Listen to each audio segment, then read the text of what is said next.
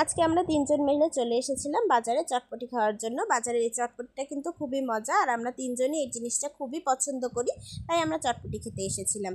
এই মামা কিন্তু দুই ধরনের চটপটি বিক্রি করে, একটা ডিম চটপটি আর একটা হচ্ছে মাংসের চটপটি।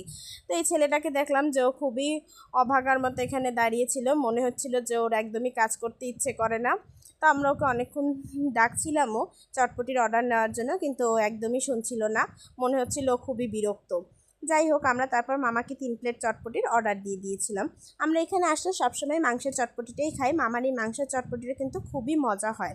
অবশ্য ডিমের চটপটিটাও খুব মজা, কিন্তু আমাদের মাংসের চটপটিটাই বেশি পছন্দ। মামার দোকানে কিন্তু অনেক ভিড় ছিল। যাই হোক, আমাদের 3টা চটপটি দিয়ে দিয়েছিল। এরপর আমরা তিনজন মজা করে চটপটি খাচ্ছিলাম, বেশ ভালোই লাগছিল। তো আলটিমেটলি আমাদের চটপটিটা দিয়েছিল।